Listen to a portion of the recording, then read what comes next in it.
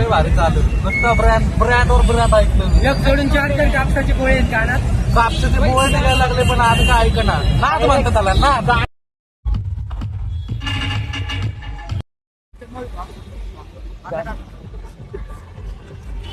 मित्रांनो, स्वागत आहे तुमचं आपल्या युट्यूब चॅनलवर.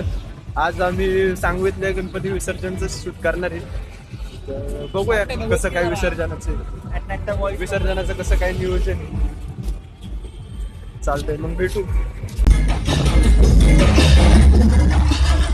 प्रत्येक संस्कार फक्त मीच टिकणार. फक्त मीच टिकणार.